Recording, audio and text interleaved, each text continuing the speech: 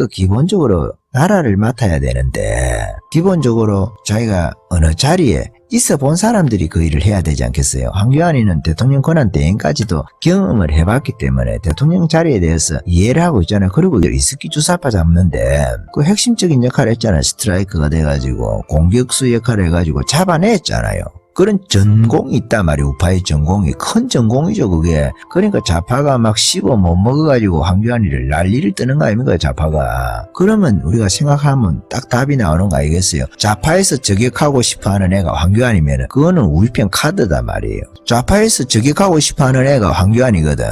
황교안이 박근혜 이런 거 아닙니까? 박근혜 역사전쟁에 있어가지고 아까도 말씀드렸지만 그런 사람들은 좌파에서 찍어놓은 애들은 우리 편에 있어가지고 엄청난 전력이단 말이에요. 북한에서 막 씹는 애다. 그러면 완전히 우리 쪽에서는 그 살려놔야 되는 거예요. 그렇기 때문에 과도하게 다른 기대를 가지고 현실적이지 않은 아직까지는 그래서 너무 상처내면 안 돼요. 선거 때문에 박근혜하고 이명박이하고 옛날에 그 하다가 선거 때 그 앙금 있잖아요. 경선 때 그 앙금이 결국은 박근혜 탄핵까지 초래한 것이다. 그렇게 해석하는 사람들도 있잖아요. 그때 너무 서로가 골이 깊은 거예요. 선거를 할 때. 선거는 그렇습니다. 원래. 선거 때 원수징어는 평생 간다 그런 속설이 있잖아요. 우파내에서 둘이서 계속 으르렁거리고 있어 보세요. 선거 끝나고 나서도 감정이라는 거 있잖아요. 감정이 남아있어가지고 그렇게 하면은 우파가 자멸하는 길이거든요. 많이 남았는지 안 남았는지 우리가 몰라요. 사실은 무슨 말이냐면 저거 빨리 끌어내려가지고 뭐 탄핵이 된다 이러면 바로 대통령 선거해야 되잖아. 희망사항 을 제가 말씀을 드리는 거예요. 어떤 사람은 막 희망사항을 가지고 설교도 하던데 뭐 그 666표 있잖아요. 666표 표 받은 사람도 회개가 가능하다 이런 개소리를 경상도 말로 씨부린다 하는데 지 희망사항이야. 그게 성경 본문에 전혀 그렇지 않거든. 그걸 갖다가 자기 희망사항을 갖다가 설교를 하더라고. 그래가 진짜 표 받아가지고 밤낮 영원토록 그 불못에서 괴로움을 당한다고 본문에서 명시를 해놨는데 표 받으면 그거에 대해서 그렇게 말한 사람이 책임질 거야 지가. 그런 소리를 함부로 하면 안 된단 말이에요. 성경에 있는 대로 해야지. 대도 하나는 어디 뭐 조직신을 끌어와가지고 말이죠.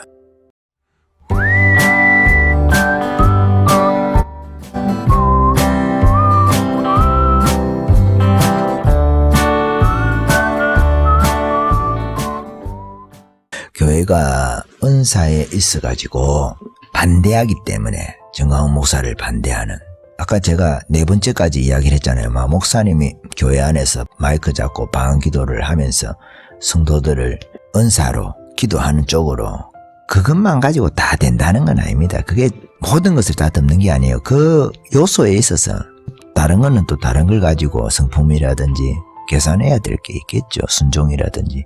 그렇지만 일단 기도의 그 영역에 있어서 그렇다는 거예요. 우리가 헌신이라든지 자기를 얼마나 부인하느냐, 성령의 인도를 얼마나 잘 따라 사느냐, 뭐 성경에 대한 지식이라든지 경험이라든지 여러 가지 삶의 영역에 있어서 지혜나 분별, 사람을 분별하는 거나 귀신을 분별하는 것이라든지 여러 가지 우리가 그 사람을 가지고 계산할 때 그 계산할 수 있는 그 요소들이 있겠죠. 요소들이 있겠고 그렇지만은 기본적으로 그렇다는 거예요. 기본적으로 여러분. 그래서 정광훈 목사님이 교회하고 추척을 지는 거는 마치 그와 같은 거예요. 예수님께서 그 말씀하시는 것처럼 내가 세상에 검을 주러 왔다 그래요. 검을 주러 세상에. 지금 정광훈 목사님 같은 경우에 지금 상황에 맞게 적용이 되는 말씀이 이런 거예요. 내가 세상에 화평을 주러 온 줄로 생각하지 마라. 화평이 아니요 검을 주러 왔노라. 내가 온 것은 사람이 그 아버지와 딸이 그 어머니와 며느리가 시어머니와 불화하게 하려 함이니 사람의 원수가 자기 집안 식구니라. 아버지나 어머니를 나보다 더 사랑하는 자는 내게 합당하지 아니하고 아들이나 딸을 나보다 더 사랑하는 자도 내게 합당하지 않다. 또 자기 십자가를 지고 나를 따르지 않는 자도 내게 합당하지 않다. 자기 목숨을 얻는 자는 잃을 것이요 나를 위하여 자기 목숨을 잃는 자는 얻으리라 이렇게 되잖아요. 이런 말씀이 지금 정광훈 목사님하고 이 나라의 상황에 딱 맞는 거예요. 지금 교회가 두 개로 딱 갈라지잖아요. 정광훈 목사님 때문에 지지하는 사람, 반대하는 사람. 뭐 우리 같은 사람은 정광훈 목사님을 전혀 잘 모릅니다. 모르고 지지한다 아니다 이런 뜻이 아니라 우리가 성령 편이니까 우리 편 같으니까 조국을 위해서도 나라를 위해서도 교회의 미래를 생각할 때도 성령 충만해가지고 은사 방언에 대해서도 인정을 하고 말이죠. 그런 분들이 교회에 영향력 있는 자리에 있어야 되는 거 아니냐 이 말이에요. 그렇잖아요. 그래서 그런 뜻에서 제가 말씀을 드리는 것이고, 어떤 분들은 또 정광훈 목사님에 대해서 너무 또 충성도가 높아가지고 그 안에서는 그게 필요하죠. 필요한데 제가 먼저도 말씀을 드렸지만은 목회자들도 성도를 내 것으로 지면 안 되지만 성도들도 사랑을 하지만은 그리스도는 아니거든요. 그리스도는 아니니까 그런 미세한 차이에서 우리가 조심을 한편으로는 해야 돼요.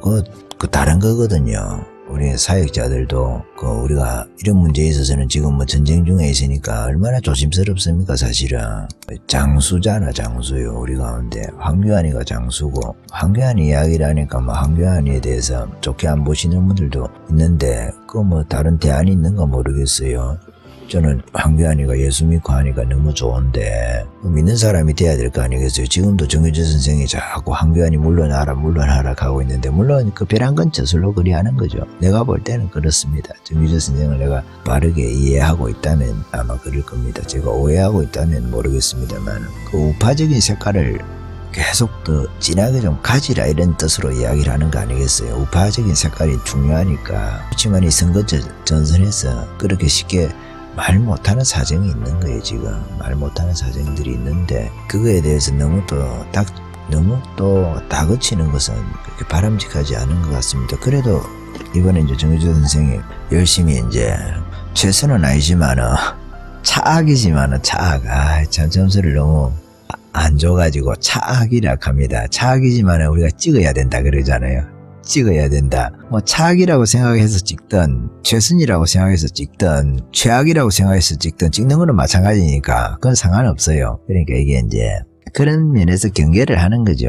한편으로 경계를 하면서 선거 전까지 안심하지 마라, 방심하지 마라 측면에서 언론의 역할로서 계속 견제구를 던지는 거예요. 황교안한테. 그건 너무 좀 아프긴 하지. 아프지만은 그 어쩔 수 없는 그런 측면이 있어가지고 아마 그리 할 거예요. 그렇기 때문에 우파에서, 왜냐하면 이 선거 끝나고 나서도 우파 내에서 노선 전쟁을 해야 되는데 그때까지 염두에 두고 지금 정규재 선생은 그런 이야기를 하는 것 같거든요. 유승민이가 당을 집어삼키면 안 되잖아요. 황교안 쪽 사람이라든지 안 그러면 보수 우파의 그 강력한 그런 가치에 대한 신념이 있는 사람들, 신원식 장군이라든지 이런 분들이 참 좋잖아요.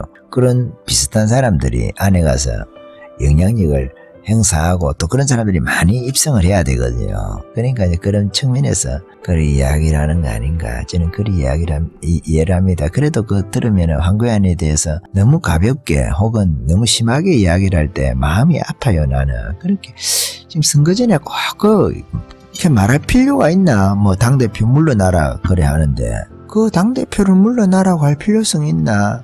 뭐 너무 이렇게 계산을 복잡하게 해서 그런지 모르겠지만은 저는 그 부분 문제에 있어서는 이해가 안 되더라고요. 또 한편으로 지금 뭐 선거 나가서 찍자. 그래도 미워도 내 자식 아니냐. 미워도 동지 아니냐. 그렇게 지금 운동을 하니까 또 그건 한편으로 또 감사하고, 지금 완전히 이제 선거 가서 찍어라 지금 그 운동을 하고 있는 거거든요. 정규재 선생이.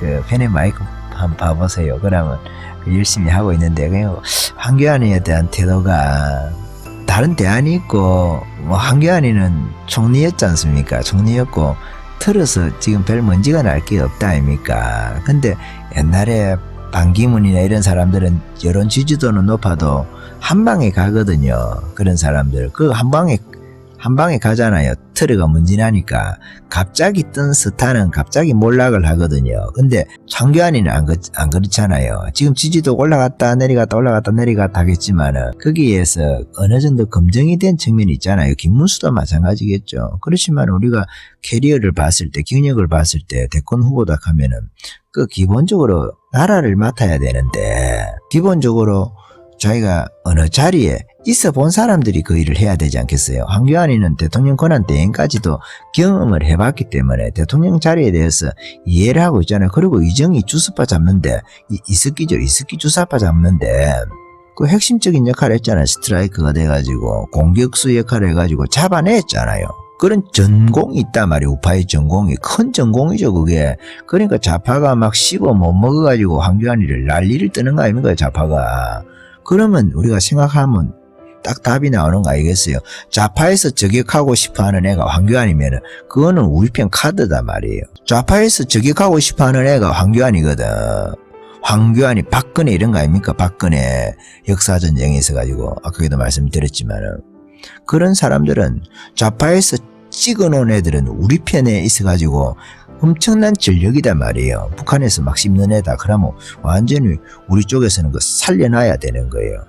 그렇기 때문에 과도하게 우리가 다른 기대를 가지고 현실적이지 않은 아직까지는 다음에 와서 만약 홍준표가 우리 대권 후보가 됐다 그러면 홍준표 씹으면 안 되겠지. 전쟁하는데 그 전까지 결정되기 전까지는 더 좋은 후보를 우리가 선택을 하기 위해서 논쟁을 하고 흠이 있는가 이렇게 해가지고 그걸 해야 되겠지만 결정이 됐어요. 그때까지는 과정까지는 열심히 하더라도 쉽고 할 수도 있겠지 서로가. 그래서 너무 상처내면 안 돼요. 선거 때문에 박근혜하고 이명박이하고 옛날에 그 하다가 선거 때 그 앙금 있잖아요. 경선 때 그 앙금이 결국은 박근혜 탄핵까지 초래한 것이다. 그렇게 해석하는 사람들도 있잖아요. 그때 너무 서로가 골이 깊은 거예요. 선거를 할 때. 선거는 그렇습니다. 원래. 선거 때 원수징어는 평생 간다 그런 속설이 있잖아요.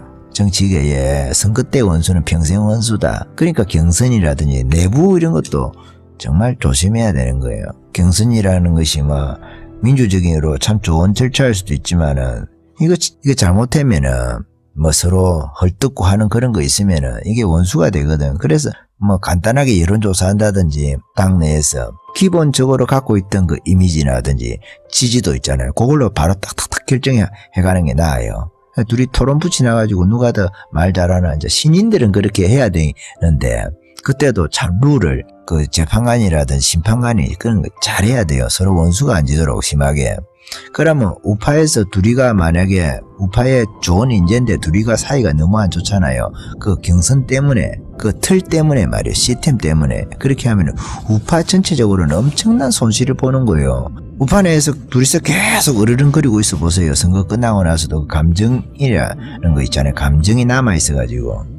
그렇게 하면은 우파가 잠이라는 길이거든요. 그래서 그런 측면에서 우파 내에서 다른 별로 대안도 없이 아직까지 뭐 많이 남았기 때문에 그런 것도 있을 수 있지만 많이 남았는지 안 남았는지 우리가 몰라요. 사실은 많이 남았는지 안 남았는지 몰라요. 무슨 말이냐면 저거 빨리 끌어내리 가지고 뭐 탄핵이 된다 이러면 바로 대통령 선거해야 되잖아. 희망사항을 제가 말씀을 드리는 거예요. 어떤 사람은 막 희망사항을 가지고 설교도 하던데 뭐 그 666표 있잖아. 666표. 표 받은 사람도 회개가 가능하다. 이런 개소리를 경상도 말로 씨부린다 하는데 지 희망사항이야. 그 성경 본문에 전혀 그렇지 않거든. 그걸 갖다가 자기 희망사항을 갖다가 설교를 하더라고. 그래가 진짜 표 받아가지고 세세토록 말이죠. 밤낮 영원토록 그 불못에서 괴로움을 당한다고 본문에서 명시를 해놨는데 표 받으면. 그래가지고 지옥에서 영원히 나는 회개 기회가 있는 줄 알고 표 받았는데 회개 기회가 없나요? 누가 그리 했는데 하나님 그 사람 때문에 내가 표 받았어요.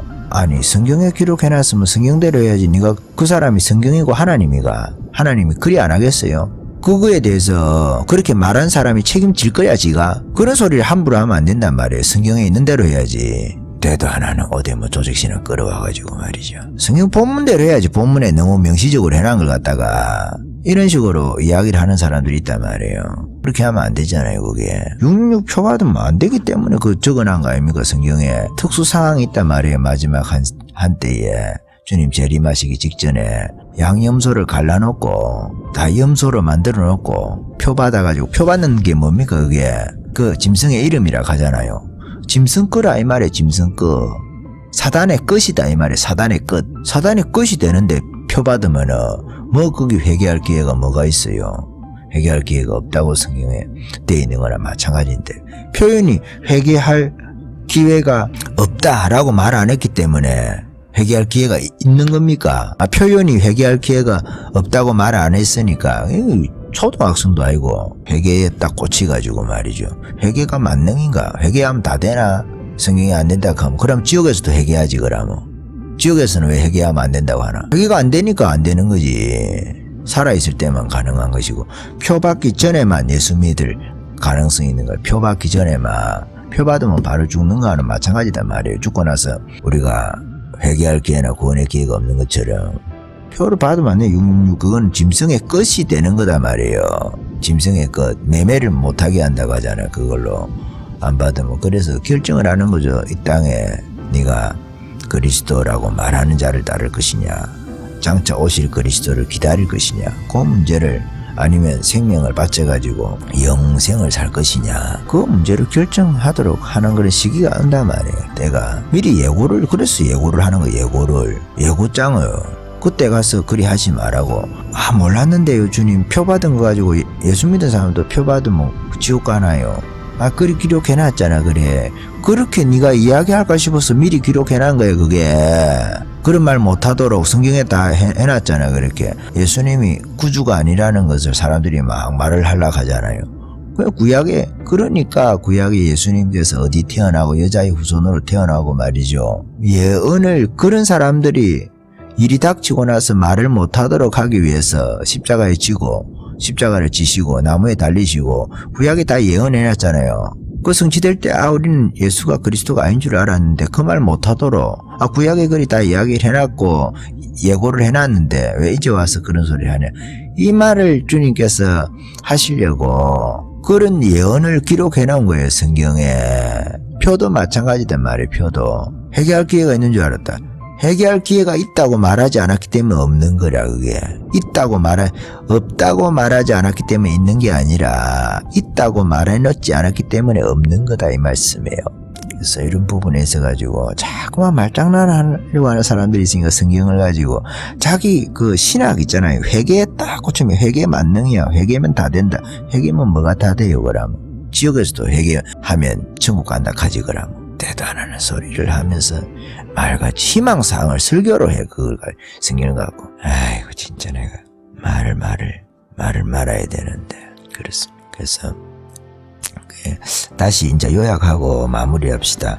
정광훈 목사에 대해서 한국교회에서 비방을 하는 이유가 그 세 가지. 첫째, 그 은사 때문에. 저거 은사 중주론인데 정광훈 목사 같은 경우에는 은사가 지금도 계속된다 그러잖아요.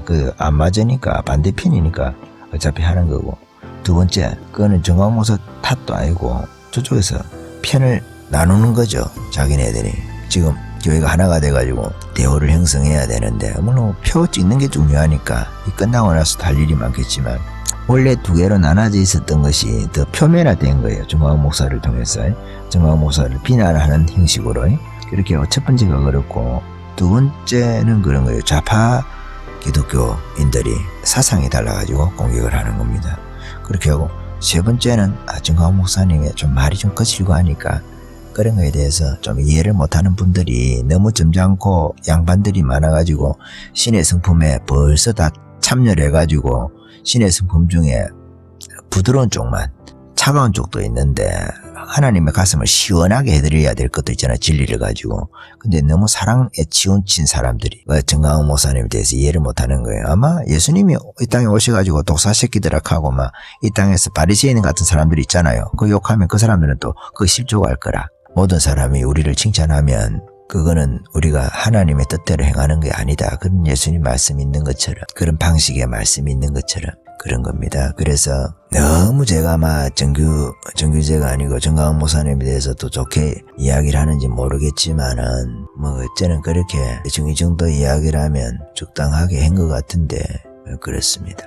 여러분들도 우리가 은사가 중요하잖아요. 은사가. 성령이 중요하잖아요. 성령 없으면 부흥 없어요. 절대 성령 없으면 부흥 없어요. 성령 없으면 부흥 없네. 성령 없으면 부흥 없네. 그런 겁니다. 여기까지 할까요? 아멘.